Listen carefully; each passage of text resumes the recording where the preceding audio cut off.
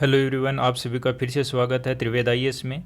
आज से हम जो न्यूज़पेपर है उस डिस्कशन को कंटिन्यू रखेंगे। आप यदि यूपीएससी की सच में सीरियसली तैयारी कर रहे हैं तो डेली जो ये दिया जा रहा है आप इसको कंप्लीट कीजिए, और जो आपको टारगेट दिए जा रहे हैं ना वो भी आपको कंप्लीट करने हैं। शायद शुरुआत में हो सकता है कि आपको मुश्किल आए, लेकिन ये देखिए मुश्किल है ये कुछ टाइम की रहती है। अगर मेरा मानना है कि अगर आप 21 दिन तक किसी चीज़ को फॉलो करते हैं तो वो आपका हिस्सा बन जाता है, आपकी आदत बन जाती है। तो आप पहले 21 दिन तक कुछ भी कीजिए, है ना, लेकिन इसको फॉलो कीजिए कि कंप्लीट वीडियो देखना है, जो टारगेट दिया गया है उसको कंप्लीट करना है, जो आंसर लिखने को दिए जाते हैं वो कंप्लीट करने हैं। तो इससे क्या होगा कि 21 दिन बाद में आपको फील भी नहीं होगा कि क्या चीज़ें हो रही हैं, है ना, आपके हैबिट का हिस्सा हो, वो हैबिट बन जाएगी। तो चलिए शुरुआत करते हैं हमारी पहली न्यूज़ से कि भारत चीन संबंध है नई दिशा की ओर। तो देखिए अभी जो 31 अगस्त से लेके 1 सितंबर तक दो तियानजिन है, वहाँ पे एससीओ है, वहाँ पे हेड ऑफ स्टेट काउंसिल की 25वां सम्मेलन आयोजित किया जा रहा है, जिसमें जो मोदी जी हैं वो जो चीनी राष्ट्रपति हैं शी जिनपिंग उनसे मुलाकात की है। तो काफ़ी महत्वपूर्ण है ये। तो देखिए अभी जो 2019 से 24 के बीच में जो पूर्वी लद्दाख है वहाँ पे 5 वर्ष तक जो LAC है, लाइन ऑफ एक्चुअल कंट्रोल, वहाँ पे सैन्य गतिरोध चला था। उसके बाद ये पहली बार है कि 7 वर्षों में मोदी जी की पहली चीन यात्रा है। हालांकि ये दोनों की यानी प्रधानमंत्री और चीनी राष्ट्रपति की सेकंड मुलाकात है, पिछले साल भी हुई थी 2024 में। तो देखिए दोनों नेताओं ने क्या कहा है कि भारत और चीन है वो पार्टनर हैं, है ना, प्रतिद्वंदी नहीं है। दूसरा, सीमा विवाद है उस पर न्यायसंगत, उचित और परस्पर स्वीकार्य समाधान की आवश्यकता है, इस पर बल दिया गया है। इसके अलावा उन्होंने कहा है कि हमें बहुद्रव्य विश्व व्यवस्था, मुक्त व्यापार और स्थिर वैश्विक अर्थव्यवस्था है उसकी आवश्यकता है। तो महत्वपूर्ण पॉइंट्स क्या क्या हैं? तो देखिए सीमा विवाद है, काफ़ी महत्वपूर्ण है। तो देखिए पिछली बार जब 2024 में ब्रिक्स का शिखर सम्मेलन हुआ था कजान रूस में, तो वहाँ पर भी ये बात कही गई थी, है ना। उसके परिणाम स्वरूप क्या हुआ कि जो दो बड़े फ्रिक्शन पॉइंट्स थे वहाँ से सैनिकों की वापसी हो गई थी। और अब तक क्या है कि जो LAC है वहाँ पे काफ़ी संख्या में जो सैनिक हैं वो तैनात हैं। तो मोदी जी ने कहा है कि हमें सीमा पर शांति और स्थिरता है उसके लिए प्रयास करने चाहिए। तो ये सब प्रयास हो रहे हैं। तो भारत और चीन दोनों हैं वो रणनीतिक स्वायत्ता, याद रखिएगा काफ़ी इंपॉर्टेंट कीवर्ड है रणनीतिक स्वायत्ता, स्ट्रेटेजिक ऑटोनॉमी का पालन करते हैं दोनों देश। जैसे यूएस या वो प्रभावित करने का प्रयास कर रहा है, लेकिन भारत चीन दोनों ही किसका पालन करते हैं? रणनीतिक स्वायत्ता। और उनका कहना है कि किसी तीसरे पक्ष, संकेतता मतलब अमेरिका, उसके दृष्टिकोण से न देखा जाए। शी जिनपिंग की क्या कहते हैं कि सीमावाद है उसको संपूर्ण रिश्तों का निर्धारक नहीं बनने देना चाहिए। देखिए बार बार चीन हमेशा यही कहता है कि सीमा विवाद है वो अलग चीज़ें हैं, इसके अलावा हमें अन्य मुद्दे विशेषकर जो आर्थिक संबंध है उनको बेहतर करने का प्रयास करना चाहिए। तो एक यहाँ पे अच्छा जो है प्रचलित हुआ है ड्रैगन और एलिफेंट का नृत्य, ड्रैगन एलिफेंट डांस, काफ़ी अच्छा कीवर्ड है। आप जब भी भारत चीन संबंध आए तो वहाँ पे इसको लिख सकते हैं मेंस में। पंचशील का सिद्धांत जो 1954 में दिया गया था उसका पुनः महत्व दिया जाना चाहिए, ये काफ़ी प्रयास किए जा रहे हैं। तो आपसी सहयोग की दिशा की बात करें तो पीपल टू पीपल रिलेशन, जैसे अभी काल जो कैलाश मानसरोवर यात्रा वो फिर से शुरू हो चुकी है, डायरेक्ट फ्लाइट हैं उनका पुनः प्रारंभ हो चुका है, वीज़ा सुविधा बढ़ाने की भी सहमति हो गई है। आर्थिक सहयोग देखिए जो चीन के साथ है भारत का है जो व्यापार संबंध वो काफ़ी घाटे में है। तो दोनों ही अर्थव्यवस्थाएं क्या है कि विश्व व्यापार को स्थिरता देना चाहती हैं। जो व्यापार घाटा है ना, उसको भारत ने काफ़ी बार बार उठाया है कि इस पर ध्यान दिया जाना चाहिए। तो इसके लिए निवेश और व्यापार विस्तार पर जोर देने की बात कही गई है। दोनों ही देशों ने जो बहुपक्षीय मंच हैं जैसे SCO हो गया, है ना, ब्रिक्स है,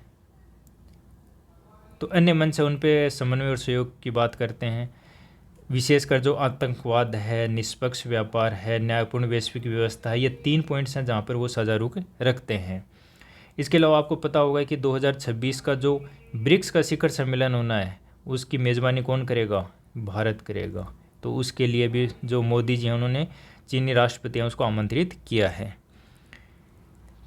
तो देखिए कुछ कीवर्ड हैं कि पार्टनर न कि प्रतिद्वंदी। तो भारतीय चीन संबंधों की नई परिभाषा को दर्शाता है। शांतिपूर्ण सहअस्तित्व और बहुद्रव्य विश्व व्यवस्था, साझा दृष्टिकोण। और इसके अलावा जो 2.8 अरब लोग हैं दोनों देशों में, उनके सहयोग को मानवता की भलाई से जोड़ा गया है। अब संभावित प्रभाव की बात करते हैं। देखिए, अगर भारत चीन संबंधों में पुनः संतुलन स्थापित होता है तो इससे जो अभी अमेरिका के द्वारा जो प्रतिबंध लगाए जा रहे हैं, विशेषकर जो टैरिफ विवाद है ना, उसके लिए काफ़ी महत्वपूर्ण हो जाता है ये। सीमा विवाद का समाधान है वो काफ़ी महत्वपूर्ण है, वो दीर्घकालिक स्थिरता की कुंजी है। अगर हमें वैश्विक दक्षिण यानी ग्लोबल साउथ है तो उसमें भारत और चीन की महत्वपूर्ण भूमिका है। व्यापार घाटा है, सीमा विवाद है, रणनीतिक प्रतिस्पर्धा है, ये कुछ क्षेत्र हैं जहाँ पर अभी विवाद बना हुआ है। तो बात करते हैं हम एससीओ की, क्योंकि इसी का अभी सम्मेलन आयोजित हुआ है या हो रहा है, अभी आज भी चल रहा है। तो देखिए 1996 में है, संघाई 5 नाम से इसकी स्थापना की जाती है। उस समय इसके सदस्य रहते हैं चीन, रूस, कजाकिस्तान, किर्गिस्तान और तजाकिस्तान। विशेषकर इसका उद्देश्य था सीमा विवाद को सुलझाना। फिर 2001 है, उसमें उज्बेकिस्तान जुड़ जाता है, तब एससीओ की औपचारिक स्थापना होती है। तो औपचारिक स्थापना होती है इसकी 2001 में। फिर 2017 में भारत और पाकिस्तान वो इसके सदस्य बनते हैं, और 2023 में बनता है ईरान। तो अभी वर्तमान में कितने सदस्य हैं इसके? तो 9 सदस्य हैं, ये आपको याद रखना है। तो देखिए, बात करते हैं इसका महत्व की। तो देखिए, जो विश्व का सबसे बड़ा क्षेत्रीय संगठन है ये, वो यूरोप और एशिया के जो देश हैं उनको मिला के ये 60% यूरेशिया क्षेत्र को रखता है। 40% विश्व की जनसंख्या यहाँ पे निवास करती है। और वैश्विक जीडीपी की बात करें तो वैश्विक जीडीपी में इसका योगदान है लगभग 30%, ये आपको याद रखना है। तो सदस्य संरचना 9 सदस्य हैं, ये आपको याद रखने हैं। अन्य हैं उनको पर्यवेक्षक का दर्जा है, और जो डायलॉग पार्टनर है उसका दर्जा है। मुख्य उद्देश्य क्या है इसके? तो क्षेत्रीय सुरक्षा सहयोग, जैसे आतंकवाद, अलगाववाद और उग्रवाद, ये 3 एविल माना जाता है इनको, उनके विरुद्ध सहयोग को बढ़ावा देना। आर्थिक सहयोग, व्यापार, ऊर्जा, परिवहन, कनेक्टिविटी, ऊर्जा सुरक्षा, तेल गैस समृद्ध जो मध्य एशियाई देश हैं उनके साथ सहयोग को बढ़ावा देना। सांस्कृतिक व शैक्षिक आदान प्रदान और बहुध्रुवीय विश्व व्यवस्था को बढ़ावा देना, जिस पे अभी पश्चिमी का वर्चस्व है। संस्थागत ढांचा, ये काफ़ी इंपॉर्टेंट है, प्री में डायरेक्टली पूछा जा सकता है। तो देखिए, अभी जो सम्मेलन हो रहा है 25वां सम्मेलन है ना, वो किसका है? काउंसिल ऑफ जो हेड ऑफ स्टेट है उनका। तो ये सर्वोच्च निर्णय लेने वाली संस्था है। इसके बाद में council of head of government है, जो आर्थिक सहयोग के निर्णय लेते हैं। इसका सचिवालय कहाँ पे है? तो वो है बीजिंग, चीन में। इसके अलावा एक काफ़ी इंपॉर्टेंट है जो आतंकवाद के विरुद्ध है, तो रीजनल एंटी टेररिस्ट स्ट्रक्चर है RATS, जो कि कहाँ पे है? ताशकंद, उज्बेकिस्तान में इसका मुख्यालय है। ये सभी आपको अच्छे से याद कर लेने हैं। तो जो RATS है वो आतंकवादियों को ब्लैकलिस्ट करता है और संयुक्त आतंकवादी विरोधी अभ्यास करता है, इंटेलिजेंस साझा करता है। बात करते हैं भारत और एससीओ की। तो भारत की सदस्यता 2017 में ली गई। उद्देश्य क्या था? देखिए, भारत की जो पॉलिसी है, कौन सी? कनेक्ट सेंट्रल एशिया पॉलिसी, ये याद रखना आपको। सेंट्रल एशिया को जोड़ने के लिए नीति, उसके कारण भारत इसमें शामिल हुआ। रणनीतिक महत्व क्या है? तो आतंकवादी जो विरोधी सहयोग है उसको बढ़ावा देना। अफगानिस्तान मुद्दा है, उस पर सीधा मंच। ऊर्जा सुरक्षा, क्योंकि देखिए मध्य एशिया है वो काफ़ी गैस और ऑयल में समृद्ध है। कनेक्टिविटी परियोजनाएं, जैसे भारत की चाबार परियोजना, INSTC, रूस चीन संतुलन को स्थापित करना। तो देखिए, अब अगर आपसे पूछ लिया जाए कि भारत में इसका सम्मेलन हुआ है, तो भारत ने इसका अध्यक्षता तो की है, लेकिन याद रखिएगा भौतिक रूप से नहीं बल्कि वर्चुअल, क्योंकि उस समय इसका सम्मेलन नहीं हो पाया था, है ना। तो भारत ने 2023 में एससीओ की समिट की अध्यक्षता की थी, लेकिन वो थी वर्चुअल मोड में, यानी ऑनलाइन हुई थी। तो ये आपको याद रखना है। और डिजिटल पब्लिक इंफ्रास्ट्रक्चर है, स्टार्टअप्स और मिलिट्री कोऑपरेशन, इन पे इसने भारत ने सहयोग पे बल दिया था। तो देखिए, इसके सम्मेलन की बात करें तो 2022 में कहाँ पे हुआ था? समरकंद, उज्बेकिस्तान में हुआ था। 2023 में जिसकी भारत ने अध्यक्षता की थी वर्चुअल हुआ था। 2024 में अस्ताना, कजाकिस्तान में हुआ था, जिसमें ईरान को पहली बार सदस्य के रूप में शामिल किया गया था, पूर्ण सदस्य के रूप में। अब अगली हमारी न्यूज़ है कि जो IMD है, आपको पता होगा कि बार बार जारी करता है ना, कभी येलो अलर्ट जारी करता है, कभी रेड अलर्ट जारी करता है ना, तो काफ़ी इंपॉर्टेंट हो जाता है ये। तो देखिए, IMD की रंग कोड प्रणाली, तो सबसे पहला था ग्रीन। तो देखिए, ग्रीन का अर्थ तो वैसे ही होता है कि कोई चेतावनी नहीं है ना। तो नॉर्मल स्थिति है कि मौसम अनुकूल है, कोई खतरा नहीं है। इसके बाद में आता है येलो। येलो का अर्थ होता है कि बी अवेयर, है ना। इसमें सावधानी बरतने की आवश्यकता होती है। क्यों होती है? क्योंकि हो सकता है वहाँ पे भारी वर्षा हो जाए, तेज़ हवाएं, आंधी बिजली घटनाएं, है ना, ये सब हो सकती हैं, तो इसलिए सतर्क रहने की बात की जाती है। इसके बाद में आता ऑरेंज, है ना। इसमें है कि आप पहले से ही तैयार रहो, है ना। इसमें सिर्फ अवेयर नहीं रहना बल्कि तैयार रहना है। तो हो सकता है कि अत्यधिक वर्षा हो जाए, चक्रवात है वो गहन हो जाए, है ना। तो इसमें कहा जाता है कि जो प्रशासन और जनता है वो इस चीज़ के लिए तैयार रहे कि जो मौसम है उसके गंभीर प्रभाव हो सकते हैं। सबसे लास्ट में आता है रेड, है ना। तो इसमें आपको एक्शन लेना होता है, टेक एक्शन, तो कार्रवाई करनी होती है। तो अत्यधिक गंभीर स्थिति होती है, जान माल के नुकसान की संभावना रहती है। तो इसमें कहा जाता है कि जो आपदा प्रबंधन और प्रशासन है उसको तुरंत कार्रवाई करनी चाहिए। ऐसा नहीं है कि वो इंतज़ार करे, है ना। ऑरेंज में तैयारी करनी होती है, जबकि रेड में क्या होता है कि ऑलरेडी आपको एक्शन लेना होता है। तो जैसे अभी सितंबर 2025 आज में क्या कहा गया है कि दिल्ली है उसमें येलो अलर्ट जारी किया गया है ना। यानी कि भारी वर्षा हो सकती है और आंधी की संभावना है, तो इसलिए आपको सावधानी, बी अवेयर रहने की आवश्यकता है। अब जनगणना 2027, है ना, पहली बार होगा जब डिजिटल गणना की जाएगी।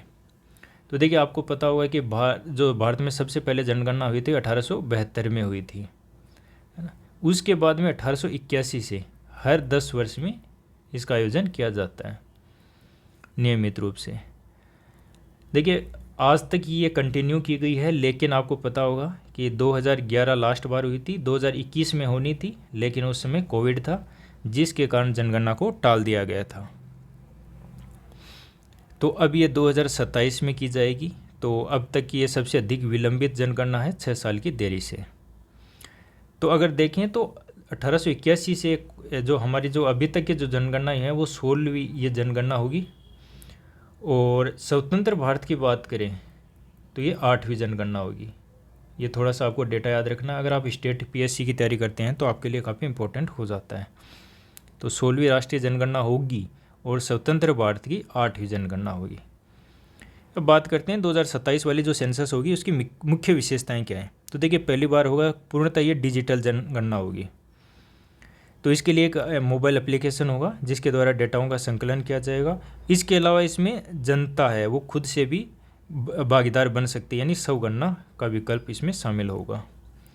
इसके अलावा अभी तक जो जनगणना नहीं की जाती थी, कास्ट जाति जनगणना, जिसकी काफ़ी मांग की जा रही थी विशेषकर विपक्ष के द्वारा, तो इसको इलेक्ट्रॉनिक रूप से अब दर्ज किया जाएगा। तो देखिए 2 चरणों में होगी। पहला होगा कि हाउसिंग की लिस्ट की जाएगी जो कि अप्रैल सितंबर 2026 तक होगी। इसमें मकानों की स्थिति क्या है, उनकी सुविधाएं क्या हैं, संपत्ति क्या है, ये सब होगी। और अगला होगा जनगणना, है ना, जनसंख्या की जनगणना, तो वो फरवरी 2027 से। तो पूरे देश में सिवाय लद्दाख, जम्मू कश्मीर, हिमाचल और उत्तराखंड के, है ना, क्योंकि वहाँ पे सितंबर 2026 में ये हो जाएगी। तकनीकी नवाचार की बात करें तो इसमें देखिए एक स्पेशल वेबसाइट का गठन किया जाएगा जिससे क्या होगा, रियल टाइम मॉनिटरिंग करना संभव होगा। तो इसमें किस किस प्रकार का डेटा होता है, याद रखिएगा कि आपसे पूछा जा सकता है कि जब जनगणना की जाती है तो उसमें किस किस प्रकार का डेटा होता है। तो ऐसा नहीं है कि सिर्फ जनसंख्या का ही होता है, उसमें बहुत सारी चीज़ें होती हैं। तो जनसंख्या की, इसके अलावा धर्म, भाषा, साक्षरता और शिक्षा को लेके भी, SC/ST की जनसंख्या कितनी है, आर्थिक गतिविधियाँ, प्रवास, प्रजनन, आवासीय स्थिति, सुविधाएं, संपत्ति, इन सब की इसमें गणना शामिल रहती है, आंकड़े शामिल रहते हैं। तो देखिए बात करते हैं, देखिए अलग अलग रूप आपने सुना होगा कि एक जनगणना है, NRC है ना, NPR है। तो ये अलग अलग चीज़ें हैं क्या, है ना, ये काफ़ी इम्पोर्टेंट बन जाता है, बार बार ये चर्चा में रहता है और जनगणना होनी है तो ये प्री में पूछा जा सकता है। तो पहली बात करते हैं जनसंख्या। देखिए जनसंख्या का आधार है जो जनगणना अधिनियम 1948 का जो एक्ट है वो, याद रखिएगा 1948 में एक्ट पारित किया गया था, उसी के आधार पे ये होती है। इसके लिए रेगुलेट करने वाला कौन सा है, तो एक जनगणना आयुक्त कार्यालय होता है गृह मंत्रालय के अधीन, वो इसको नियमित करता है। पहली जनगणना हुई थी 1872 में जो गैर एकरूप थी, यानी एकरूपता नहीं थी। 1881 में पहली संपूर्ण नियमित जनगणना आयोजित हो रही है। विशेषता क्या, हर 10 साल में इसकी आयोजित होता है। आखिरी 2011 में हुई थी, 21 में होनी थी लेकिन कोविड के कारण विलंबित हुई। उद्देश्य हम ऑलरेडी देख चुके हैं कि किन किन का डेटा होता है। अब बात करते हैं राष्ट्रीय जनसंख्या register, NPR, national population register. तो देखिए जो जनगणना होती है ना, जनगणना है ना, उसमें ये नहीं देखा जाता है कि वो निवासी है या नागरिक है। ठीक है, ऐसा कोई भी डेटा नहीं होता वहाँ पे ये होता है कि कितने लोग हैं, बस इतना सा डेटा होता है जनगणना में। लेकिन देखिए एक होता है राष्ट्रीय जनसंख्या रजिस्टर, है ना, तो इसमें किन किन को शामिल किया जाता है। एक है देखिए राष्ट्रीय नागरिक रजिस्टर, है ना, तो इसमें शामिल किया जाता है निवासी को। याद रखिएगा, राष्ट्रीय जनसंख्या रजिस्टर में निवासी को शामिल किया जाता है। इसमें जो जनगणना होती है उसमें निवासी या नागरिक का कोई संबंध नहीं होता है। तो कानूनी आधार क्या है, नागरिक पंजीकरण और राष्ट्रीय पहचान रजिस्टर की तैयारी हेतु नियम 2003। तो सिटीजनशिप एक्ट 1955 था, उसके अंतर्गत इस नियम को जारी किया गया था। 2010 में यूपीए सरकार के द्वारा इसे लॉन्च किया गया था, 2015 में इसको अपडेट किया गया था। तो देखिए ये नियमित नहीं होती है जैसे जनगणना होती है ना, बल्कि इसको समय समय पर करवाया जाता है जब जब आवश्यकता होती है। तो उद्देश्य क्या है, उद्देश्य होता है कि जो साधारण निवासी भारत में रह रहे हैं उनका रजिस्टर तैयार करना। तो यहाँ पे एक डेफिनेशन इम्पोर्टेंट हो जाती है कि साधारण निवासी का अर्थ क्या है। देखिए साधारण निवासी उसको माना जाता है जो किसी स्थान पे 6 माह से या उससे ज़्यादा से रह रहा हो, या फिर रह नहीं रहा हो, या फिर इरादा रखता हो। याद रखिएगा, इरादा रखना भी निवासी मान लिया जाता है। तो इसमें क्या क्या डेटा होता है, इसमें निवासी का डेटा होता है, जो जनगणना में होता है ना कंप्लीट डेटा, वो इसमें नहीं होता है। मेनली इसमें जो व्यक्तिगत डेटा होता है वो होता है कि नाम क्या है, उसकी आयु, लिंग, परिवार, माता पिता का नाम क्या है, उसकी शिक्षा क्या है, जन्म स्थान कौन सा है, वैवाहिक स्थिति क्या है, निवास का पता। तो ये एक व्यक्ति का जो डेटा होता है, पर्सनल डेटा होता है, उसको कलेक्ट करता है। तो देखिए इसमें क्या है, इसमें नागरिक और गैर नागरिक दोनों शामिल होते हैं, याद रखिएगा। तो फिर अंत में आता है NRC, राष्ट्रीय नागरिक रजिस्टर। तो देखिए इसमें वर्ड ही लिखा हुआ है नागरिक, तो ये सिर्फ नागरिकों के लिए होता है, नागरिकता कि वैध नागरिक कौन है और अवैध कौन है। तो इसमें मेनली अवैध जो प्रवासी होते हैं, अवैध प्रवासी, उनकी पहचान की जाती है। तो इसका कानूनी आधार क्या है, तो नागरिकता अधिनियम 1955 और जो नियम है 2003 वाले, वो इसका आधार है। उद्देश्य क्या होता है कि भारत के जो वैध नागरिक हैं उनकी पहचान करना और जो अवैध प्रवासी हैं उनको अलग करना। वर्तमान में स्थिति क्या है, तो केवल देखिए असम में लागू है, सुप्रीम कोर्ट की निगरानी है 2019 से इसमें, तो केवल असम में लागू है। तो देखिए इसके कारण क्या हो गया, असम में जो 19 लाख से अधिक नागरिकता सूची से बाहर कर दिए गए थे, काफ़ी विवाद हुआ था। तो देखिए दस्तावेज की कमी रहती है इस कारण से भी, है ना, तो विशेषकर जो गरीब और हाशिए के समुदाय हैं वो काफ़ी प्रभावित हुए हैं। इससे बहुत सारे लोग हैं वो स्टेटलेसनेस यानी नागरिकता विहीनता की स्थिति उत्पन्न हो गई। इससे जो सामाजिक राजनीतिक तनाव उत्पन्न हुआ। तो ये आपको टेबल याद रखनी है, काफ़ी इंपॉर्टेंट है, डायरेक्टली आपको याद रह जाएगा। तो जनगणना, census act 1948, citizenship rule NPR के लिए, और NRC के लिए सिटीजनशिप एक्ट 1955 और रूल 2003, है ना, ये आपको याद कर लेना है, ऑलरेडी हम डिस्कस कर चुके हैं। उसके बाद में अगला आता है ग्रीन क्रेडिट प्रोग्राम, जिसमें संशोधन किया गया है, संशोधित नियम लाए गए हैं। तो देखिए 2023 में इसकी शुरुआत होती है, और इसको जो दुबई में UN क्लाइमेट कॉन्फ्रेंस हुआ था COP28, है ना, उसमें भारत के जो PM हैं उनके द्वारा लॉन्च किया गया था। उद्देश्य क्या है, तो देखिए जो वृक्षारोपण करते हैं, जल संरक्षण करते हैं, अपशिष्ट प्रबंधन करते हैं, उनको प्रोत्साहित करने के लिए, है ना, और उसके बदले उनको ग्रीन क्रेडिट देना, ये इनका उद्देश्य है। सिद्धांत क्या है इसके पीछे, तो market based trading of credits, यानी पर्यावरणीय कार्यों के लिए प्रोत्साहन देना। तो अब संशोधित नियम की बात करते हैं। तो देखिए वृक्षारोपण से जुड़ा ग्रीन क्रेडिट, अब क्या होगा, ग्रीन क्रेडिट मिलेगा कब, जब 5 वर्ष तक अगर वो वृक्ष जीवित है और न्यूनतम 40% कैनोपी घनत्व हासिल हो। देखिए पहले शुरुआत में ये था कि इस ग्रीन कैनोपी की आवश्यकता नहीं है, बस ये था कि 2 साल तक जीवित रह जाए। लेकिन अब सरकार ने नियमों को चेंज कर दिया है कि हम ग्रीन जो क्रेडिट है, ग्रीन क्रेडिट उसी को देंगे जब 5 साल तक वो वृक्ष जीवित रहना चाहिए। दूसरा है कि न्यूनतम जो कैनोपी घनत्व है, है ना, गहनता उसकी कितनी है ना, वो कम से कम 40% होनी चाहिए। अगर वो होगी तभी वो क्या मिलेगा, ग्रीन क्रेडिट मिलेगा। तो ग्रीन क्रेडिट मतलब एक ऐसा वृक्ष जो 5 साल से अधिक आयु का हो तब मिलेगा। इसके अलावा इसमें लेन देन के नियम हैं।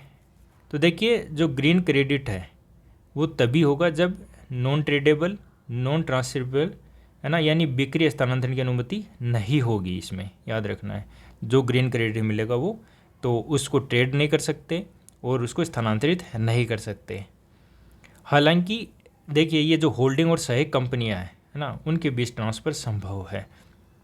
यानी मान लीजिए कोई रिलायंस की कंपनी है, उसकी कोई सहायक है, सब्सिडरी है, तो वो उसको ट्रांसफ़र कर सकता है। जैसे मान लीजिए इसको ग्रीन क्रेडिट मतलब इसका कम पड़ गया है, तो इसलिए आवश्यक है कि उसको ग्रीन क्रेडिट खरीदना है, तो ये क्या करेगा, उसी को जो कंपनी है ये सहायक कंपनी को स्थानांतरित कर सकता है, लेकिन इसको बेच नहीं सकता और न ही इसको ट्रांसफ़र कर सकता है किसी अन्य को, मतलब अन्य कंपनी को।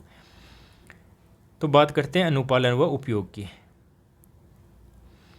तो देखिए इसमें क्या है कि इन जो ये होंगे ग्रीन क्रेडिट मिलेंगे, इसका यूज किन किन में हो सकता है। तो एक तो आपको पता होगा कि प्रतिपूरक वनीकरण दायित्व होता है कि मान लीजिए कहीं पे ये वन भूमि है और इसको गैर वन भूमि में बदलना है ना, तो इसके बदले क्या होता है कि वन भूमि पे अगर कोई खनन कंपनी लगानी है और वो क्या करेगी, इस जो एरिया कोई अन्य एरिया है वहाँ पे क्या है वन लगाएगी, और जो एक प्रतिपूरक वन जो फंड होते हैं वहाँ पर उसमें पैसा जमा करवाएगी। तो यही है। तो एक तो क्या है कि जो ग्रीन क्रेडिट है इसका उपयोग किसके लिए कर सकता है, वो प्रतिपूरक वनीकरण दायित्वों के लिए कर सकता है, और दूसरा है CSR आवश्यकताओं या अन्य जो कानूनी वृक्षारोपण है उनके दायित्व हेतु भी कर सकता है। तो ये 2 उद्देश्यों के लिए वो अपने खुद के लिए कर सकता है। और अगर एक बार उसने ग्रीन क्रेडिट का उपयोग कर लिया तो वो फिर क्या हो जाता है, निष्क्रिय हो जाता है।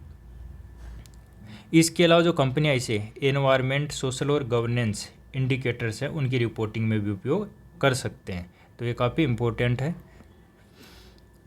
तो पहले की व्यवस्था की बात करें तो पहले क्या था कि 2 साल में उनको मिलता था। अब क्या हो गया है कि कैनोपी कितनी होनी चाहिए, 40% होनी चाहिए, और वृक्षों का जीवित रहना कितना, 5 वर्ष।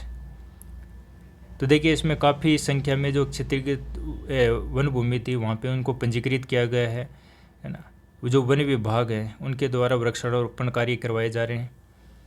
तो देखिए जो संशोधित नियम है काफ़ी महत्वपूर्ण है। अब किस पे, देखिए क्वांटिटी पे ध्यान नहीं दिया जा रहा है कि वृक्षों की संख्या कितनी है, बल्कि किस पे दिया जा रहा है, क्वालिटी और सस्टेनेबिलिटी, यानी कि जीवित वृक्ष कितना है और उनका घनत्व कितना है।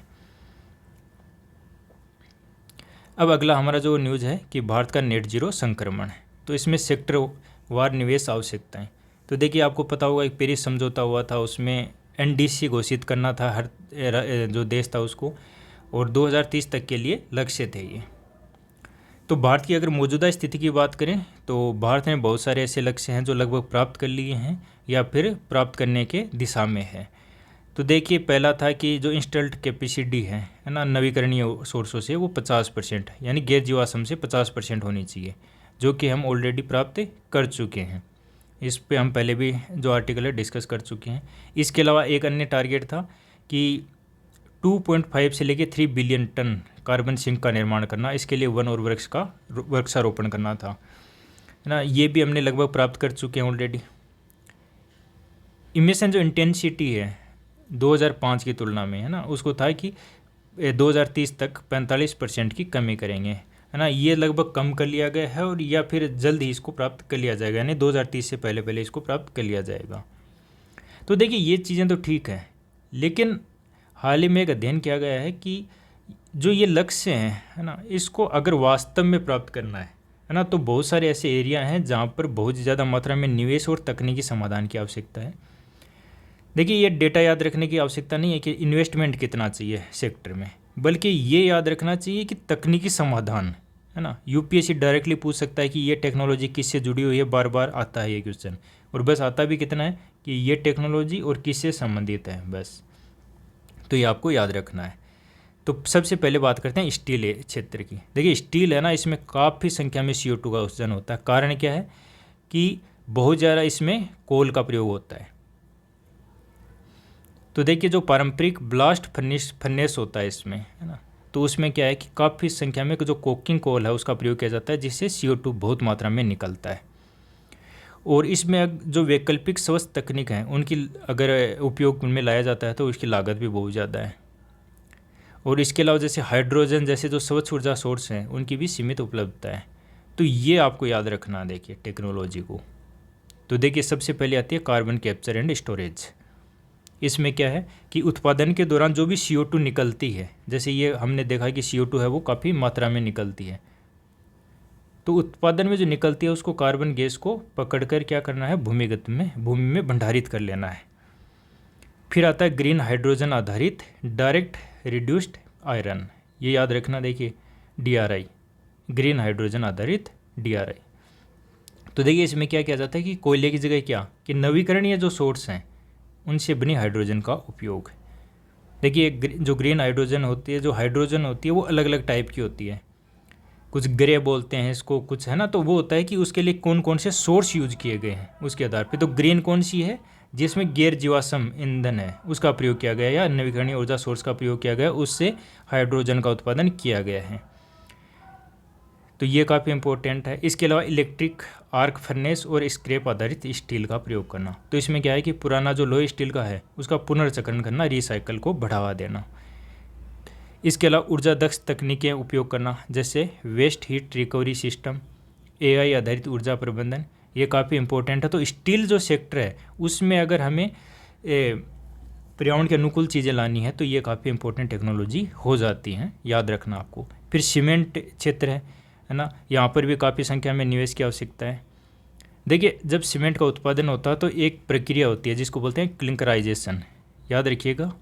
तो पूछा जा सकता है ये क्लिंकराइजेशन का संबंध किससे है, तो ये है सीमेंट सेक्टर से, है ना। तो इसमें क्या होता है कि जो लाइमस्टोन होता है, चूना पत्थर होता है, उसको गर्म करने के लिए जब गर्म किया जाता है तो उससे काफ़ी मात्रा में CO2 का उत्सर्जन होता है या निकलती है। इसे मुख्य चुनौतियाँ क्या हैं, तो देखिए प्रक्रिया आधारित जो उत्सर्जन है ना, प्रोसेस इमिशन है, जिसे पूरी तरह रोकना काफ़ी मुश्किल होता है क्योंकि ये नेचुरली निकलती है। और इसमें जो कोयला या पेट कोक है उसका काफ़ी भारी मात्रा में उपयोग किया जाता है। तो तकनीक क्या है इसके लिए, तो या तो वैकल्पिक ईंधन का प्रयोग किया जाए, जैसे कि बायोमास है, रिफ्यूज ड्राइव्ड फ्यूल है, जैसे कचरे से ऊर्जा का प्रयोग, ये सब यूज हो सकता है।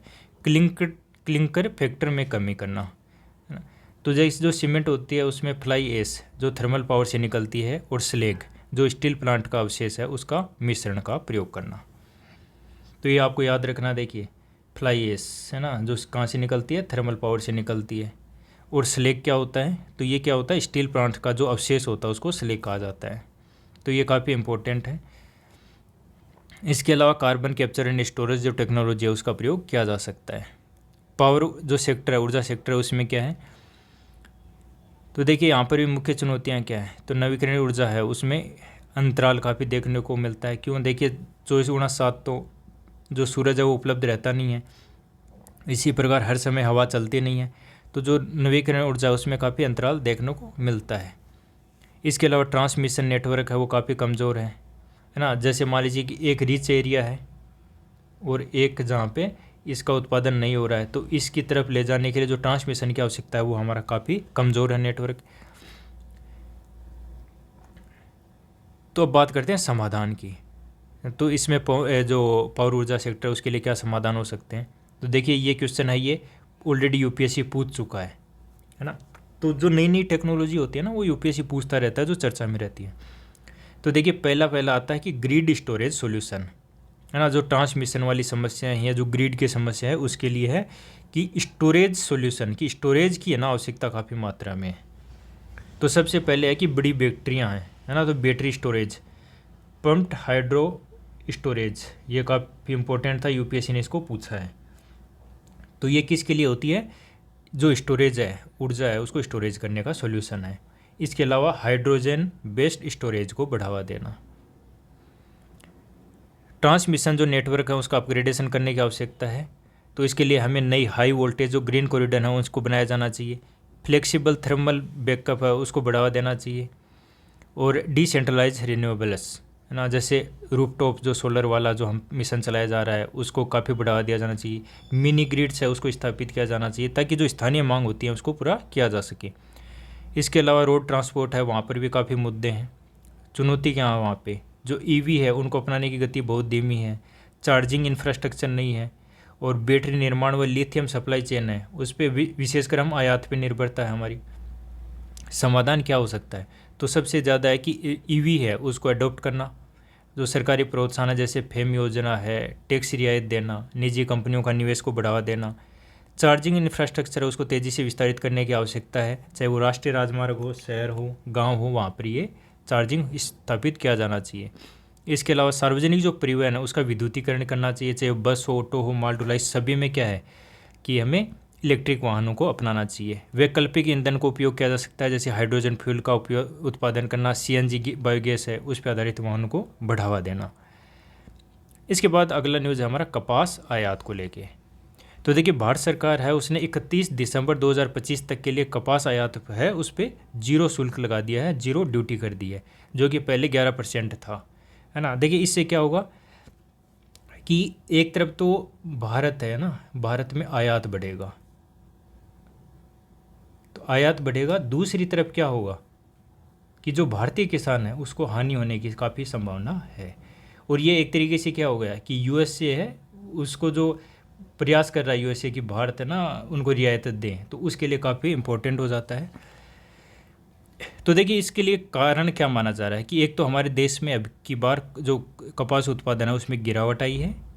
दूसरा क्या है कि अंतर्राष्ट्रीय जो व्यापारिक समीकरण है ना, जैसे यूएसए के द्वारा इस चीज़ की डिमांड की जा रही है, क्योंकि देखिए यूएसए है वो काफ़ी मात्रा में निर्यात करता है, तो ये चीन को निर्यात करता है, भारत को निर्यात करता है, लेकिन चीन है वो वहाँ पे आयात नहीं कर रहा, वहाँ पे काफ़ी कमी आई है ना।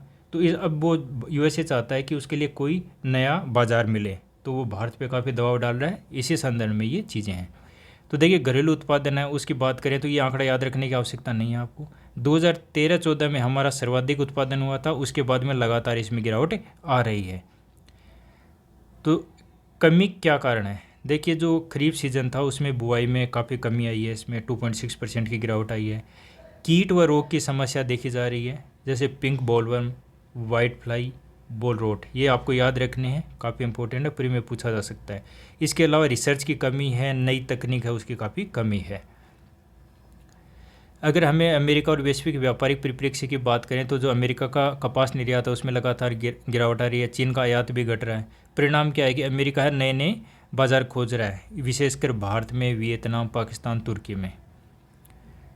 तो 95% जो आयातित अमेरिकी कपास होता है, याद रखना कि जितना भी हम अमेरिका से जो आयात करते हैं उसका 95% हम क्या करते हैं, उसको प्रोसेस करते हैं, फिर वो यार्न के रूप में, फैब्रिक के रूप में, परिधान के रूप में क्या किया जाता है, हम निर्यात कर देते हैं। तो ये तो अच्छी चीज़ है हम कि हम कच्चा माल आयात करते हैं और तैयार माल भेजते हैं, तो ये काफ़ी पॉजिटिव चीज़ है। तो ये कदम अमेरिका को संकेत है कि भारत है वो व्यापार, वार्ता व सहयोग के लिए लचीलापन अपना रहा है। देखिए आपको पता होगा कि अमेरिका है वो रूसी तेल पर 25% पेनल्टी ड्यूटी को हटा दे, ये हम भारत प्रयास कर रहे हैं। तो इसमें क्या है कि भारतीय किसान हैं उनके लिए क्या है ये, तो ये कहा जाता है कि हारने वाला पक्ष है। क्यों, क्योंकि ये देखिए बिट्टी जो कपास है, बिट्टी कॉटन है ना, जो जेनेटिकली मॉडिफाई था, तो उसके कारण क्या है कि पहले तो उत्पादन है वो काफ़ी बढ़ा, तो पहले जैसे उत्पादकता थी वो 302 किलोग्राम प्रति हेक्टेयर थी, जो लगातार बढ़ रही थी। लेकिन फिर क्या हुआ कि अब ये धीरे धीरे उत्पादकता वो घट रही है, विशेषकर जो नई टेक्नोलॉजी है उस पर रोक लगा दी गई है। कीट हैं, रोग है, उनका प्रकोप है लगातार बढ़ता जा रहा है। अगर हम ये आयात करते हैं तो इससे किसानों पे अतिरिक्त दबाव बनेगा, जैसे कि जो सरसों व सोयाबीन था उसमें ये चीज़ देखी जा रही है कि देखिए सरसों तक वहाँ पे क्या हुआ कि तकनीकी निवेश तो था ही कम और आयात पे भी निर्भरता बढ़ा दी गई, इसके कारण वहाँ पे क्या है, दोहरा संकट देखा गया। तो ये ऐसा ना हो कि जो कपास है वहाँ पर भी ऐसी स्थिति उत्पन्न हो जाए। इसके बाद बात करते हैं हम ट्रंप युग में भारत अमेरिकी जो व्यापारिक संबंध है उनकी। तो देखिए रूस यूक्रेन युद्ध है और भारत पर इस पर क्या आरोप लगते हैं, तो देखिए वहाँ पे क्या कहा जाता है अमेरिका में कि जो युद्ध हो रहा है उसको मोदी युद्ध का नाम दिया गया है। कारण क्या है कि भारत है वो रूस को क्या कर रहा है, तेल खरीद कर क्या कर रहा है, युद्ध की फंडिंग कर रहा है, और इसी के लिए खिलाफ क्या कह रहे हैं कि हम 25% जो पेनल्टी है वो लगा रहे हैं टैरिफ के रूप में। तो अमेरिका किस किस रूप में दबाव डाल रहा है, तो देखिए H1B वीज़ा है ना, वो खतरे में। तो देखिए सबसे ज़्यादा लाभ है इसका कौन लेते हैं, भारतीय लेते हैं, 70% लाभार्थी भारतीय ही हैं। जबकि अमेरिका सीनेट क्या कह रहा है कि जो H1B वीज़ा है वो क्या है, एक स्कैम है। भारतीय निर्यात है उस पर भी काफ़ी नकारात्मक। तो 50% का जो टेरिफ है ना, उससे कितना संभावना है कि 40 से 50 बिलियन डॉलर का नुकसान होगा भारत को। तो काफ़ी बड़ा नुकसान होगा। हालांकि देखिए अमेरिकी अदालत है उसने 29 अगस्त को ही इसको टेरिफ को अवैध घोषित कर दिया था, लेकिन ये लागू होने पर रोक कब तक है, सिर्फ अक्टूबर के मध्य तक ही है। तो देखिए अब बात करते हैं तुलनात्मक स्थिति की। तो देखिए जैसे यूरोपीय यूनियन है, जापान, दक्षिण कोरिया है, ये तो पहले ही अमेरिका के साथ संबंध स्थापित कर चुके हैं, समझौते कर चुके हैं। चीन है, चीन पे काफ़ी दबाव डाला गया था, लेकिन चीन ने इस दबाव को सहन कर लिया है ना। उसके पास देखिए क्या है, क्योंकि देखिए रेयर अर्थ मिनरल्स है उस पर मोनोपोली है, और अब यूएसए उसके लिए कुछ कर नहीं सकता है ना। अब लेकिन भारत है उसके पास ऐसी कोई लेवरेज नहीं है कि वो अमेरिका का प्रतिरोध कर सके, है ना। और दूसरी बात है क्योंकि देखिए भारत की जो अर्थव्यवस्था अमेरिका की तुलना में केवल 1/7 ही है, याद रखिएगा। तो वैश्विक विशेषज्ञ हैं उनका क्या दृष्टिकोण है, देखिए विशेषज्ञ कहते हैं कि जो ट्रंप की नीतियां हैं उनसे स्टैगफ्लेशन, ये याद रखिएगा, प्री में डायरेक्टली पूछा जा सकता है। स्टैगफ्लेशन देखिए एक ऐसी स्थिति है जिसमें एक तरफ तो इन्फ्लेशन होता है, हाई इन्फ्लेशन होता है, लेकिन दूसरी तरफ लो ग्रोथ होती है। और इसके अलावा एक तीसरी चीज़ भी होती है कि जो रोजगार होता है वो भी घटता है ना। तो देखिए मेनली होता है क्या है कि जब मुद्रास्फीति बढ़ती है, सामान्य रूप से जब मुद्रास्फीति बढ़ती है तो क्या होना चाहिए कि उत्पादन बढ़ना चाहिए, क्योंकि देखिए जो उत्पादक होता है उसको लाभ होता है। तो उत्पादक को जब लाभ होता है तो वो क्या करता है, उत्पादन बढ़ाता है। तो उत्पादन बढ़ता है इसमें जब मुद्रास्फीति होती है, तो क्योंकि लाभ बढ़ जाता है। जब उत्पादन बढ़ता है तो रोजगार भी पैदा होगा, और जब ये सब चीज़ें होंगी तो ग्रोथ भी बढ़ेगी। तो सामान्य रूप से ऐसा होना चाहिए। लेकिन स्टैगफ्लेशन है, इसकी विपरीत स्थिति है कि इन्फ्लेशन तो दबा के है, खूब है, लेकिन न तो उत्पादन बढ़ेगा और न ही रोजगार पैदा होंगे। तो ये वाली स्थिति कहलाती है स्टैगफ्लेशन। और हो सकता है कि रिसेशन यानी मंदी की भी स्थिति आ जाए। लेकिन देखिए जो विशेषज्ञ कहते हैं कि आज नहीं दिखेगा इसका असर, आने वाले 6 से 12 महीने में दिखेगा। तो हो सकता है कि काफ़ी रोजगार चले जाएं। भारत के लिए नीति विकल्प क्या हो सकते हैं, मेंस के लिए काफ़ी इंपॉर्टेंट है, प्री के लिए इंपॉर्टेंट नहीं है। तो पहला है प्रतिशोध नहीं, क्योंकि हमारे पास चीन जैसा लेवरेज नहीं है। हमें विविधीकरण को अपनाना चाहिए। तो निर्यात के नए जो बाजार हमें उनकी तरफ जाना होगा, जैसे यूरोप, रूस, Japan, Australia, Africa, Latin America. हम विभिन्न देशों के साथ जो फ्री ट्रेड एग्रीमेंट की बात कर रहे हैं उसको तेज़ी से हमें लागू करना होगा। इसके अलावा जैसे comprehensive and progressive agreement for trans Pacific partnership है, आसियान है, अफ्रीकी यूनियन है, उससे हमें जुड़ाव करना होगा। देखिए जो ये comprehensive and progressive agreement for trans Pacific partnership है, ये याद रखिएगा कि पहले यूएसए इसमें शामिल था, लेकिन बाद में यूएसए हट गया। भारत इसका सदस्य है कि नहीं है, तो भारत भी इसका सदस्य नहीं है। तो ये ऐसे है कि भारत को इसके साथ सहयोग बढ़ाना चाहिए। तो ब्रिक्स को सक्रिय करने की आवश्यकता है। WTO है वो लगभग कमज़ोर हो चुका है, तो हमें ऐसा करना है कि ब्रिक्स है उसको व्यापार नियमों पर पहल करने की आवश्यकता है, उसको सक्रिय करने की आवश्यकता है। अमेरिका से हमें लचीला रुख अपनाना होगा। देखिए रूस से जो हम तेल का आयात करते हैं, है ना, उससे हमें कितनी बचत होती है, लगभग 6 से 7 बिलियन डॉलर, इतनी ही होती है। अगर हम इसको कम करते हैं, रूस से तेल के आयात को करते हैं और यूएसए से हम आयात को बढ़ाते हैं, तो देखिए इससे क्या होगा कि चलो ठीक है तेल आयात है उसमें हमको घाटा होगा, लेकिन जो हम निर्यात करते हैं लगभग 40 से 50 बिलियन डॉलर का जो निर्यात करते हैं वो बच सकता है हमारा। इसके अलावा भारत को क्या करना चाहिए, घरेलू सुधार करना चाहिए, सेकेंड जनरेशन रिफॉर्म करने चाहिए।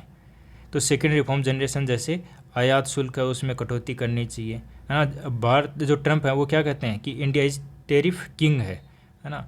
तो अगर हम इस आयात शुल्क को कम करते हैं तो इसकी जो ये दर्शाता है कि हम टेरिफ के किंग हैं वो कम हो सकता है। अब भारत जो यूएसए है उसमें मूल मुद्दा क्या है, व्यापार घाटा। देखिए भारत है वो अमेरिका के साथ क्या है, पॉजिटिव में है व्यापार के मामले में। तो देखिए अभी क्या है, सब जो नेता होते हैं उनकी क्या है कि निर्यात तो अच्छा है लेकिन आयात बुरा है ना। इसलिए वो क्या करते हैं, इंपोर्ट ड्यूटी है उसको बढ़ा देते हैं।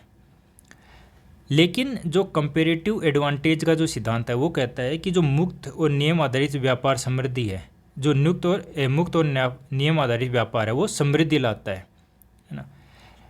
तो देखिए जो WTO है उसने एक्सपोर्ट जो सब्सिडी होती है उसको तो बैन कर रखा है, लेकिन जो करेंसी अंडर वैल्यूएशन है, यानी कि अपनी जो करेंसी है उसके मूल्य को कम रखना, क्योंकि आपको पता होगा कि जब करेंसी का जो मूल्य है वो कम होता है तो इससे क्या होता है कि जो निर्यात है वो बढ़ता है, निर्यात सस्ता हो जाता है, इसलिए जो वैश्विक बाजार उसमें प्रतिस्पर्धी हो जाता है, लेकिन जो आयात है वो महंगा हो जाता है।